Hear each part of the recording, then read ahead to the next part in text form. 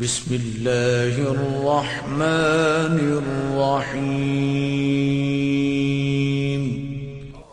آج ایک جملہ کہہ رہا ہوں، آج دو باتیں کلیئر کرنی ہیں آپ کے سامنے، دو باتیں بہت اہم، اور ذرا بھی اشتباہ نہ ہو، پوری توجہ رہے، پوری توجہ رہے، پوری توجہ، اور میرے جملوں میں ذرا سا بھی تحریف نہ کیجیے گا۔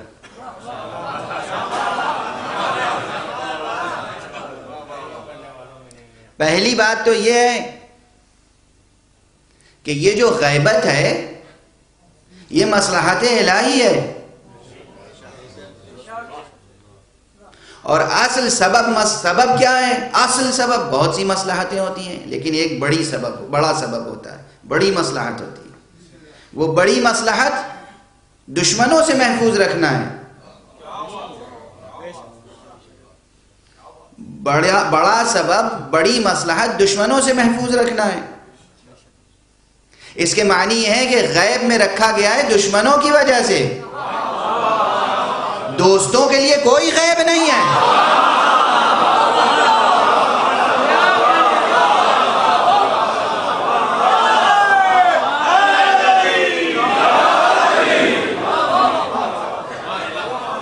یہ ایک جملہ ہے، توجہ رہے، پوری ذمہ داری سے عرض کر رہا ہوں۔ جوانان عزیز، بزرگان محترم،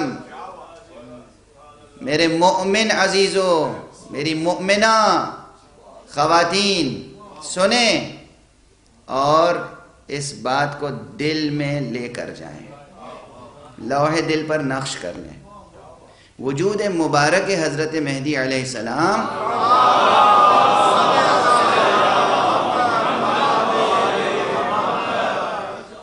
بے شک غیب میں یہ غیبت کبریٰ ہے، اس کے باوجود میں عرض کروں معاملہ کچھ اور ہے۔ غالب کا دیکھیں، کوئی سنگین بات سب سے لطیف پیرائے میں جب کہی جاتی ہے تو غزل بنتی ہے۔ غالب نے ایک شعر عجیب و غریب کہا ہے۔ غالب فرماتے ہیں، ملنا تیرا اگر نہیں آسان تو سہل ہے، ملنا تیرا اگر نہیں آسان تو سہل ہے، دشوار تو یہی ہے کہ دشوار بھی نہیں۔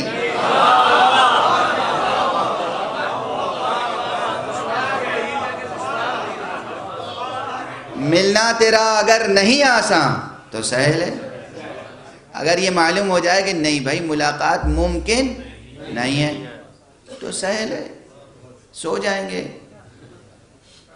چین کی نیند۔ معلوم ہے کہ نہیں ملاقات ہو سکتی، لیکن اگر یہ معلوم ہے کہ معشوق سے ملاقات کا امکان تو ہے، اگرچہ مشکل ہے، اب سچا عاشق سو نہیں سکتا۔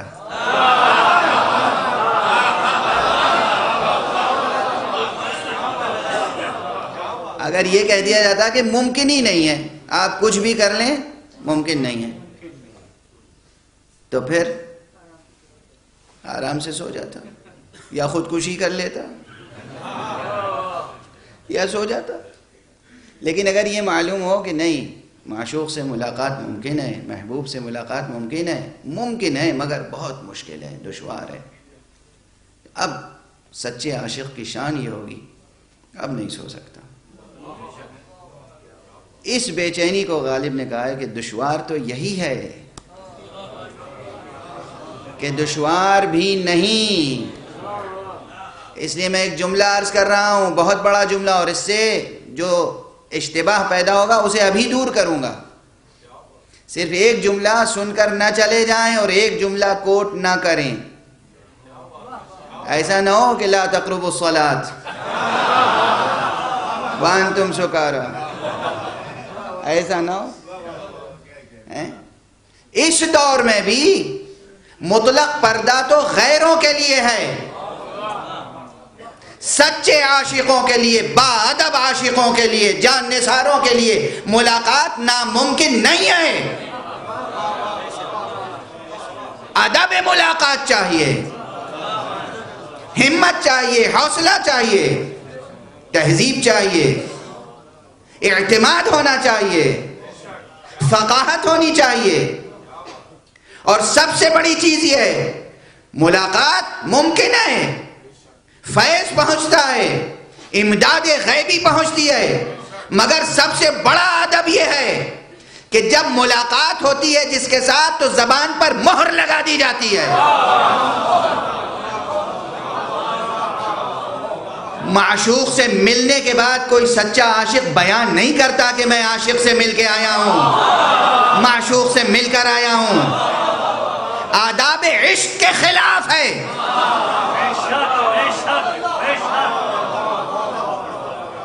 آداب عشق کے خلاف ہے یہ اعلان کرنا کہ میں ملاقات کر کے آیا ہوں، اور جبکہ خاص طور پر پابندی لگا دی گئی ہو، خبردار کوئی ہم سے ملاقات کا ذکر نہ کرے، اور حکم دیا گیا ہو اگر کوئی ملاقات کا ذکر کرے تو اسے جھٹلاؤ،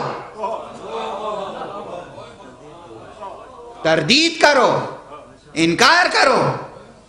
کوئی کہے کہ میری ملاقات ہے امام سے، سمجھ لیجئے یا جھوٹ بول رہا ہے یا خیانت کر رہا ہے۔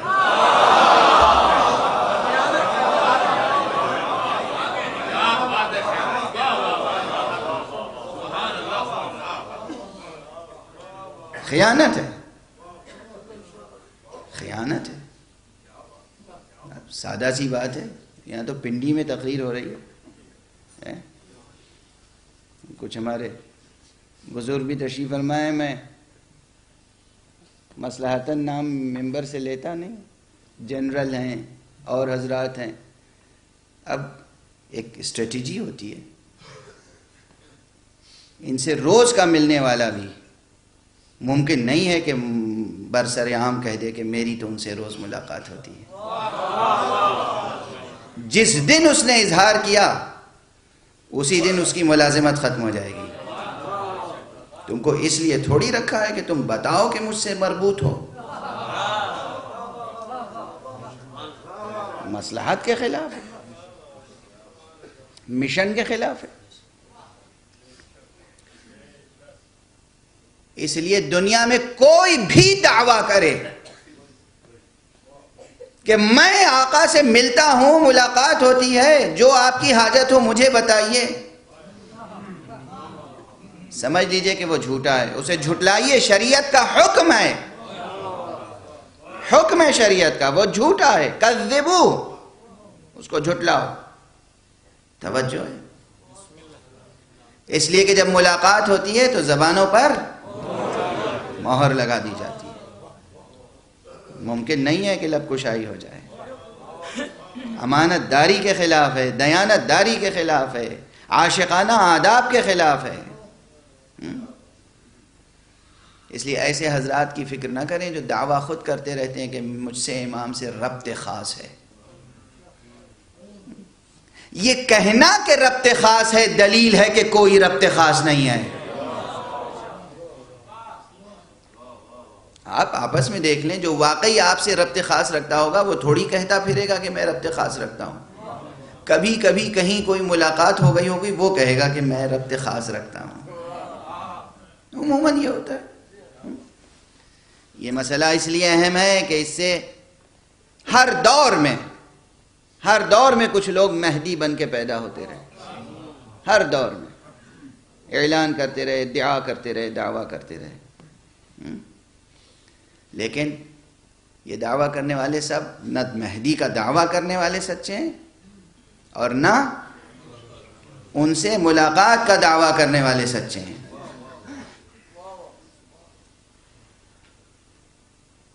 ہاں، جن بزرگوں پر لطف و عنایت فرماتے ہیں، کرم فرماتے ہیں،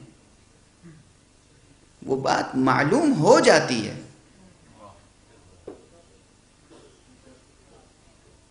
وہ دوسرے ذرائع سے معلوم ہوتی ہے۔ خود وہ جب تک زندہ رہتے کبھی نہیں کہتے کہ میری ملاقات ہوئی۔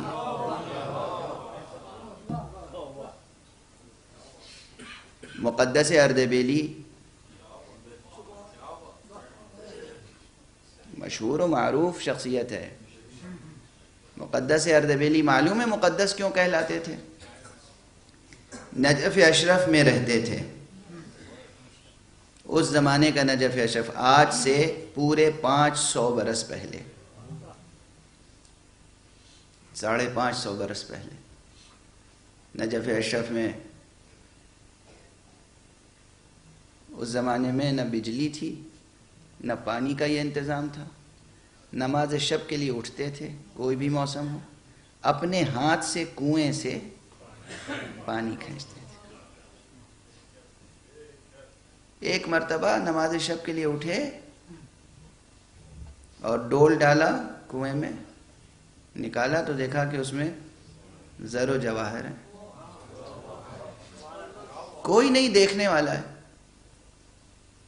رات کا وقت ہے، سناٹا ہے، جھنجھلا کے الٹ دیا، پروردگار میں پانی چاہتا ہوں وضو کے لیے، زر و جواہر نہیں چاہتا۔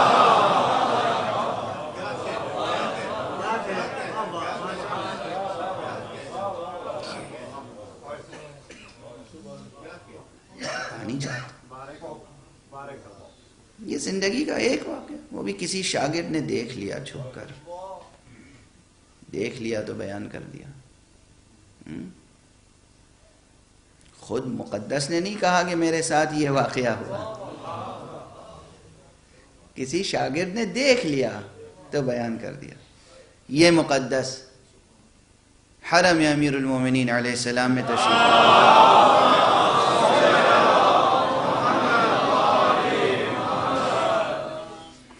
ایک شاگرد، چاہنے والا شاگرد، وہ بھی بیدار ہو گیا اور وہ پیچھے پیچھے چلا،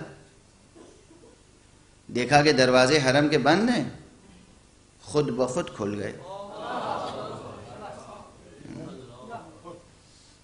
مقدس داخل ہوئے، زیارت پڑھی، سلام کیا، آقا کے سامنے کچھ سوال رکھے تو قبر امیر المومنین سے آواز آئی، مقدس تم اب مجھ سے آج یہ سوالات نہ کرو، اپنے وقت کے امام سے جا کر سوال کرو، جاؤ مسجد کوفہ میں محراب عبادت میں موجود ہے میرا بیٹا، ان سے پوچھو۔ گئے مسجد کوفہ تشریف لے گئے، سوال کیا، جواب ملا، پلٹے تو دیکھا شاگرد کھڑا ہے، کہا تم نے یہ کیا کیا؟ خبردار جب تک میں زندہ ہوں کبھی زبان پر یہ بات نہ آئے۔ توجہ ہے، خود نہیں بیان کیا، شاگرد کی زبان پر بھی مہر لگا، جب تک میں زندہ ہوں یہ بات زبان پر نہ آئے۔ توجہ ہے، تب انسان مقرب بارگاہ بنتا ہے، تب انسان امانت دار بنتا ہے۔ خواب میں زیارتیں ہوتی ہیں، محقق